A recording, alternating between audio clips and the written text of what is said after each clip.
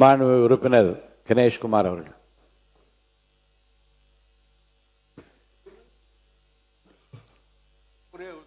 உறுப்பினர் போஜராஜ். பெண்களுக்காக முன்னுரிமை கொடுக்கின்ற ஒரு கட்சின்னா இன்று உலகமே அறியும், இந்தியாவும் அறியும். பாஜகவை பற்றி அந்த அளவுக்கு பெண்களுக்கு முக்கியத்துவம் கொடுக்கிற ஒரு கட்சி, என்றும் அந்த பெண்களுக்கு முக்கியம் கொடுக்க வேண்டும் என்பதை நினைக்கின்ற கட்சி. ஆகவே 33% பெண்களுக்கு கொடுக்க வேண்டும் என்பதில் எங்களுக்கு ஒரு மாற்று கருத்து இல்லை. ஆகவே அந்த திட்டத்தை நாங்கள் முழுமையாக ஏற்கின்றோம். மாண்பு உறுப்பினர் கணேஷ்குமார்.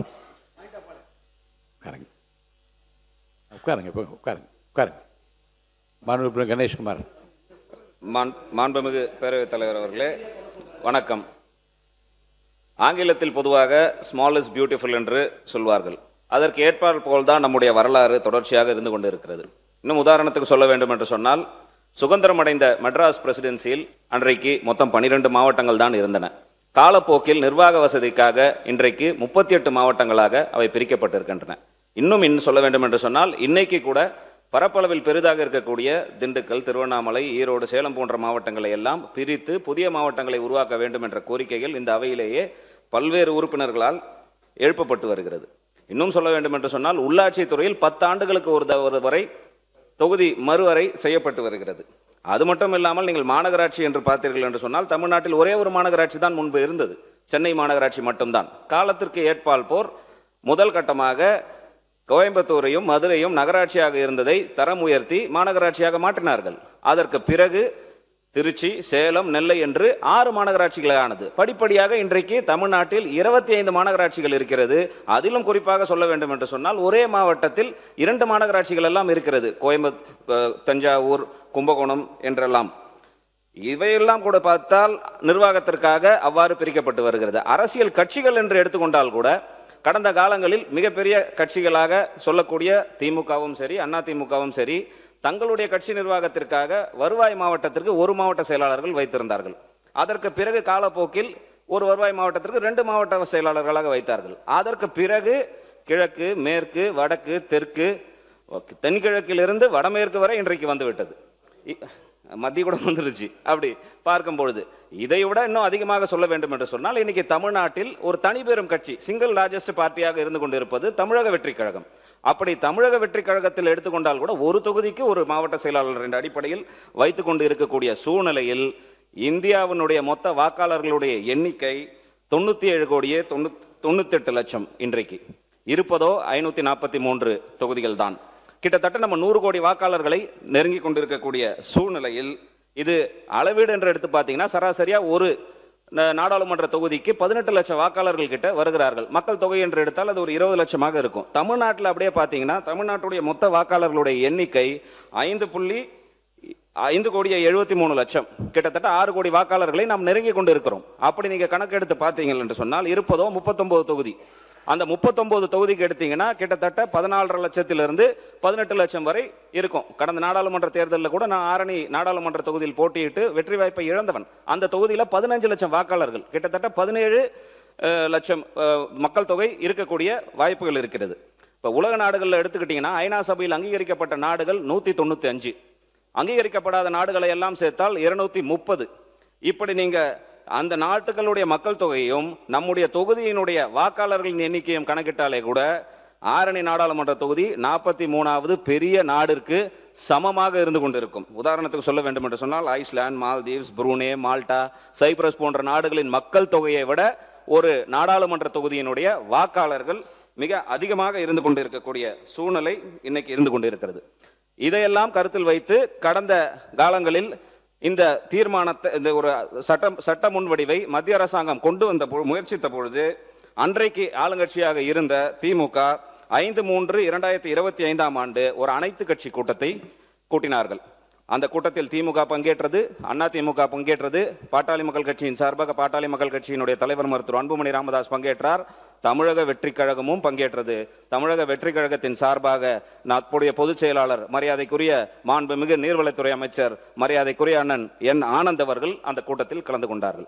காங்கிரஸ் கட்சியின் சார்பாக தற்போது இருக்கக்கூடிய அமைச்சர் மதிப்புக்கும் மரியாதைக்குரிய மாண்புமிகு அமைச்சர் ராஜேஷ் அவர்கள் கலந்து கொண்டார்கள். அதேபோல் காங்கிரஸ் கட்சியினுடைய தலைவர் செல்வ பெருந்தகை அவர்கள் கலந்து கொண்டார்கள். விடுதலை சிறுத்தைகள் கட்சி என்று நீங்கள் எடுத்துக்கொண்டால் அதனுடைய பொதுச் செயலாளர் மதிப்புக்கும் மரியாதைக்குரிய அண்ணன் தொல் திருமாவளவன் அவர்கள் அந்த கூட்டத்தில் பங்கேற்றார். அவருடைய நாடாளுமன்ற உறுப்பினர் மரியாதைக்குரிய ரவிக்குமார் அவர்களும் பங்கேற்றார்கள். மதிமுக சார்பில் அதனுடைய பொதுச் செயலாளர் வைகோ அவர்கள் பங்கேற்றார். இந்திய கம்யூனிஸ்ட் கட்சியின் சார்பாக அப்போதைய அவர்களுடைய தலைவர் மரியாதைக்குரிய தோழர் முத்தரசன் அவர்கள் அப்பொழுது பங்கேற்றார்கள். மார்க்சிஸ்ட் கம்யூனிஸ்ட் கட்சியின் சார்பாக அதனுடைய தோழர் தலைவர் மரியாதைக்குரிய சண்முகம் அவர்கள் அன்றைக்கு பங்கேற்றார்கள். அது மட்டும் இல்லாமல் இந்த அவையில் இருக்கக்கூடிய சட்டமன்ற உறுப்பினர்களாக இருக்கக்கூடிய மரியாதைக்குரிய சட்டமன்ற உறுப்பினர் ஜவஹருல்லா அவர்களுக்கும் மரியாதைக்குரிய சட்டமன்ற உறுப்பினர் தமிமுன் அன்சாரி போன்ற அனைத்து கட்சி பிரதிநிதிகள் மட்டுமல்லாமல் இயக்கங்களின் பிரதிநிதிகளும் பங்கேற்று அந்த கூட்டத்தில் பாட்டாளி மக்கள் கட்சியினுடைய தலைவர் மருத்துவர் அன்புமணி ராமதாஸ் முன்வைத்த கோரிக்கை என்னவென்று சொன்னால், இங்கே தமிழ்நாட்டை பொறுத்தவரை 2026ஆம் ஆண்டு எடுக்கப்படுகின்ற மக்கள் தொகை கணக்கெடுப்பின் அடிப்படையில் இந்த தொகுதி வரையறை நடத்தப்படுமே ஆனால் பாட்டாளி மக்கள் கட்சி அதை கடுமையாக எதிர்க்கும் என்று அந்த நேரத்தில் பதிவு செய்த கையோடு, அதே நேரத்தில் இன்றைக்கு 543 தொகுதிகளில் தமிழ்நாட்டில் 39 தொகுதிகள் இருக்கின்றன. விகிதாச்சார அடிப்படையில் எடுத்துக்கொண்டால் இது 7.18 வருகிறது. இந்த 7.18 விகிதாச்சார அடிப்படைக்கு குறையாமல் இந்த தீர்மானத்தை தொகுதி மறுவரையை ஒன்றிய அரசு செய்யுமே ஆனால் அந்த தீர்மானத்தை பாட்டாளி மக்கள் கட்சி வரவேற்கும் என்று அன்றைக்கு அந்த கூட்டத்தில் பதிய வைக்கப்பட்டது. இதையே ஒட்டி அனைத்து கட்சிகளும் ஒன்றாக இணைந்து அந்த கூட்டத்தில் நிறைவேற்றப்பட்ட தீர்மானத்தின் அம்சங்கள் என்னவென்று சொன்னால், நாடாளுமன்றத்தில் தற்போதைய உறுப்பினர்களின் எண்ணிக்கை உயர்த்தப்படும் பட்சத்தில் 1971ஆம் ஆண்டு மக்கள் தொகை அடிப்படையில் தற்பொழுது நாடாளுமன்றத்தில் இரு அவைகளிலும் மாநிலங்களிடையே எந்த விகிதத்தில் தொகுதிகளின் எண்ணிக்கை உள்ளனவோ அதே விகிதத்தில் தமிழ்நாடு உட்பட தென் மாநிலங்களின் தொகுதிகளின் எண்ணிக்கையை உயர்த்துவதற்கு தேவையான அரசியல் சட்டத்தை மேற்கொள்ள வேண்டும் என ஒன்றிய அரசை இந்த அனைத்து கட்சி கூட்டம் வலியுறுத்துகிறது. தொகுதி மறுசீரமைப்பின் காரணமாக நாடாளுமன்றத்தில் தமிழ்நாட்டின் தற்போதைய பிரதிநிதித்துவமான சதவீதம் 7.18 என்பதை எக்காரணம் கொண்டும் ஒன்றிய அரசு மாற்றம் செய்யக்கூடாது என்று இந்த கூட்டம் வலியுறுத்துகிறது என்று அந்த கூட்டத்தில் அனைத்து கட்சி இங்க வந்திருக்கக்கூடிய அனைத்து கட்சியினுடைய பிரதிநிதிகளுடன் அந்த தீர்மானம் அன்றைக்கு நிறைவேற்றப்பட்டது. இதற்கு பிறகு ஏப்ரல் மாதம் 26ஆம் தேதி இந்த பில் நாடாளுமன்றத்தில் வந்த பொழுது தற்போதைய மாண்புமிகு உள்துறை அமைச்சர் மதிப்புக்கும் மரியாதைக்குரிய ஐயா அமித்ஷா அவர்கள் நாடாளுமன்றத்திலேயே தெளிவாக குறிப்பிட்டிருக்கிறார். Tamil Nadu has 39 seats which is 7.18%. After passage of this bill the number of MPs will be 59 and their percentage in the new house of 816 will be 7.23%. Tamil will also suffer no loss என்பதை தெளிவாக தெரிவித்து அந்தந்த மாநிலங்களில் அந்த விகிதாச்சாரத்தின் அடிப்படையில் தொகுதிகளின் எண்ணிக்கை அடிப்படையில் 50% உயர்த்தி அந்த 50%ம் மகளிருக்கென்று வழங்கப்படும் என்று தெளிவாக நாடாளுமன்றத்திலேயே தெரிவித்திருக்கிறார். அது மட்டுமல்லாமல் அதே போல் பாரத பிரதமர் மரியாதைக்குரிய நரேந்திர மோடி அவர்கள் தேர்தல் நேரத்தில் அதுவும் குறிப்பாக ஏப்ரல் 5ஆம் தேதி 2026 கேரளத்தில் தேர்தல் பிரச்சாரத்துக்கு வந்த பொழுது இது குறித்த தெளிவான விளக்கத்தை தெரிவித்திருக்கிறார். Lok Sabha seats will not be reduced for southern states that have effectively controlled population growth. ஏனென்று சொன்னால் மக்கள் தொகை பெருகுவதை கட்டுப்படுத்தி இருக்கக்கூடிய தென் மாநிலங்களில் எந்த பாதிப்பும் வருவதற்கு ஒன்றிய அரசு விடுபடாது. The government will ensure that no state, whether it's Kerala, Tamil Nadu, Karnataka, Andhra Pradesh, Goa or Telangana faces reduction in Lok Sabha seat என்று பாரத பிரதமர் அவர்கள் தெளிவாக இந்த இடத்தில் அதை குறிப்பிட்டு சொல்லி இருக்கிறார்.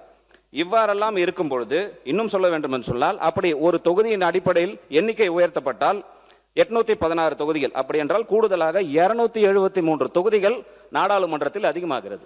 நீங்க சொல்வது போல 33% என்று நம்ம எடுத்துக்கொண்டால் 176 தொகுதிகள் தான் பெண்களுக்கு ஒதுக்கப்படும்.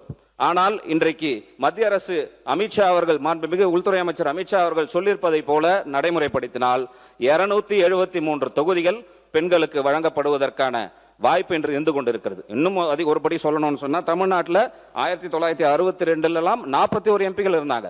அதற்கு பிறகு 72 தான் 39ஆக குறைக்கப்பட்டது. இதெல்லாம் கடந்த கால வரலாறு. இன்னும் நீங்க தமிழ்நாட்டுக்கு எடுத்துக்கொண்டீர்கள் என்று சொன்னால் தற்போது இருக்கக்கூடிய 39 எம்பிகளை வைத்து நீங்கள் 33% என்று கணக்கீடு செய்தீர்கள் என்று சொன்னால் இன்றைக்கு 13 எம்பிகள் தான் அதிகமாக வருவார்கள், பெண்களாக இருப்பார்கள். ஆனால் இந்த சட்டம் அவர்கள் சொல்வது போல பெண்களுக்கு அந்த 50% உயர்த்தினால் 20 நாடாளுமன்ற உறுப்பினர்கள் தமிழ்நாட்டில் இருந்து மகளிர் நாடாளுமன்ற உறுப்பினர்கள் நாடாளுமன்றத்தை அலங்கரிப்பார்கள். இன்றைக்கு வெறும் 5 பெண் நாடாளுமன்ற உறுப்பினர்கள் தான் அந்த அவையை அலங்கரித்துக் கொண்டிருக்கிறார்கள். அது மட்டுமல்ல, நம்முடைய சட்டமன்றம் எடுத்துக்கொண்டால் கூட மாண்புமிகு முதலமைச்சர் அவர்கள் சொன்னது போல 234 தொகுதி இப்ப இருக்கின்ற வகையிலேயே நீங்கள் 33% மசோதாவை நிறைவேற்றினீர்கள் என்று சொன்னால் கூடுதலாக இன்றைக்கு